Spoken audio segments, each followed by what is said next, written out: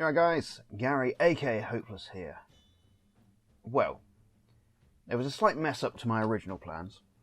I have actually painted Captain America, but like an idiot, I formatted the memory card by mistake. Note for the future, mark up my memory cards better. So I've had to make some changes to the planned video. Just in case you're wondering, here's Captain America, just to show he has been painted. I'm reasonably happy with him. Anyway, moving on. Having completed Spider-Man and Captain America, I decided that I should complete some villains for them to fight against. Yeah, I do actually plan to try and play this one at some point, time allowing. Wanting to start my villain journey with a character that looked interesting, I had a look through the ones on offer in the Crisis Protocol core set. Doc Ock and Baron Zemo are the ones that stood out. Now I'll admit I love reading comics, but for some reason my brain just will not retain any information on most characters.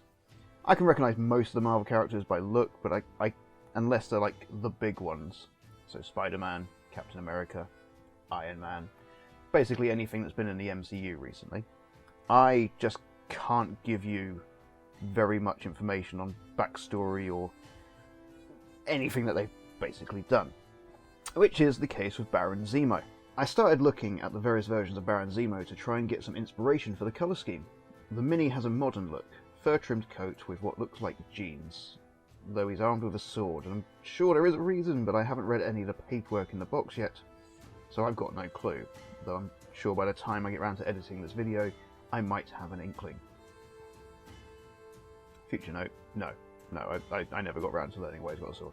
Looking at an image of the first appearance of Baron Zemo, it was interesting.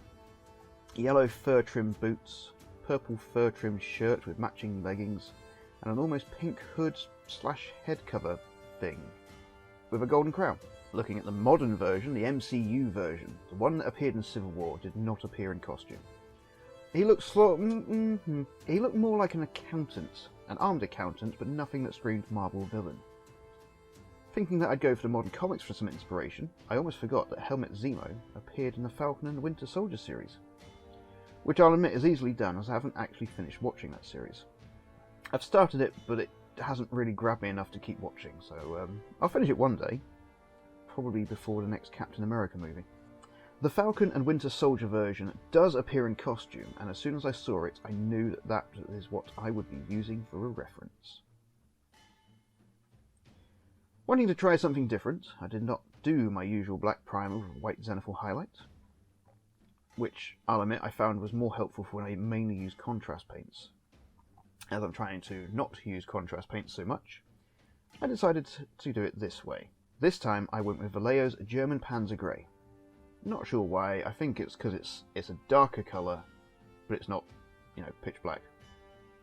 As always, I used Monument Hobbies Pro Aqua range for the painting, and Dirty Down's Rust and Moss effects for the texture effects on the base. Now if I'm being honest, colour theory, colour wheels, none of that makes sense to me. I personally just choose colours that I like or that I think will go well together for the look that I want to achieve. Now sometimes this means that I put a colour down, think it looks good, walk away, make myself a cup of tea, come back, look at it again, and think, nah. Now this is what happened with the jacket. I first went with a dark warm grey, but when it dried, it just looked too similar to the grey on the trousers. I decided to swap the jacket from the grey to a blue-black, which I think came out pretty well. Swapping the jacket from the grey to blue-black was a good choice in my mind. My personal motto for mini painting and life is it is never too late to change anything. That and it'll be fine. It's my catchphrase for work.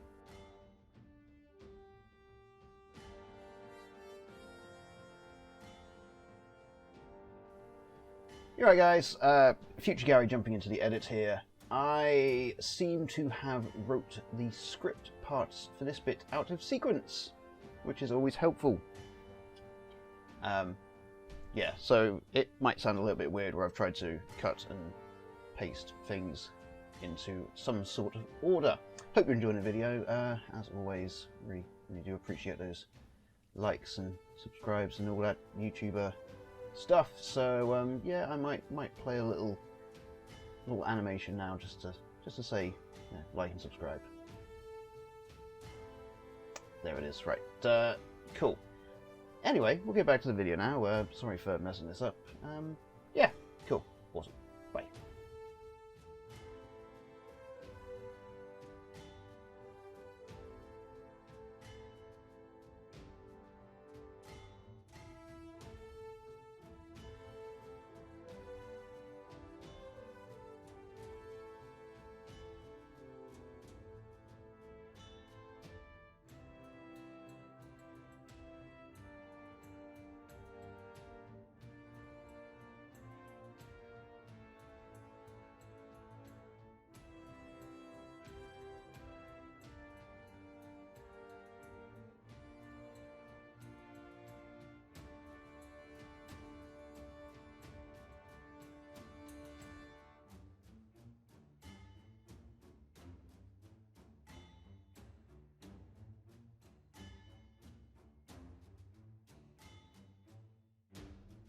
I have decided that I want to use oil paints for more than just washes.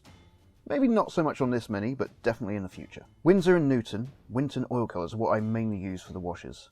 I've seen videos of people making washes with immaculate detail and patience and exactly measuring out the correct ratio of paints to thinners and then keeping them in bottles for future use. I am not that kind of person. My preferred method of making oil paint wash is to dip my brush in the thinners, dip it in the paint, dip it back in the thinners, and then slap it over the model. Does it still look too dark? Brush goes back in the thinners and wiped all over the model. Essentially, I clean my brush over the model with the thinners, and up until this point, I think it's done alright. Now, to me it works, but I do want to learn to use them properly and paint an entire model with them. Either with a mix of acrylics or just solely oil paint, so we'll see how that goes in the future. While that was all drying, I went over a few small details. Now, I'll admit, I do have a habit of giving up once the base is done. To me, after the base and washing has been done, that's it, mini's complete. This time, I went back over some areas with the gold and silver just to brighten them up a little bit. I broke out the dirty down rust and moss effects. Now, personally, I'm really loving this little range. I've got so much... I am a bit of a texture and special effects fanboy. I try to buy all of the new ones that come out and stuff that I think I could play about with. And if I'm honest, the dirty down stuff is by far the best that I've messed about with. I wanted the metal plates he was standing on to look old. I wanted them to look like if any more weight was put on them, they would start to collapse. I also wanted the brickwork and small pile of rubble to look like they'd be slippery, and I think the moss effect came out really well, and the rust effect I'm learning how to use properly. I like it. Now, admittedly, the rust and the moss may have been a little too much to start with, but this is what I love about this range. Cotton bud, a little bit of water, and I was able to pull them back from dark rust to old looking.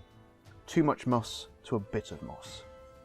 Though in some cases, some of the moss turned neon green, so I went over with a little bit more to balance it out, and yeah, you can see the results. And did something that I very rarely do nowadays, which is the eyes, and I'm quite happy he doesn't look cross-eyed.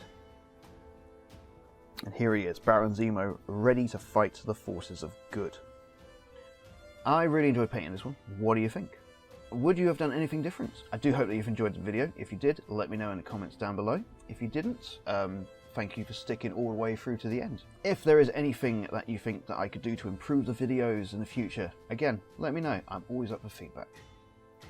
And if you want to see what's coming up on the channel, hit the like button and subscribe for more. As always, I'm Gary, aka Hopeless, and I hope to see you in the next video. See ya!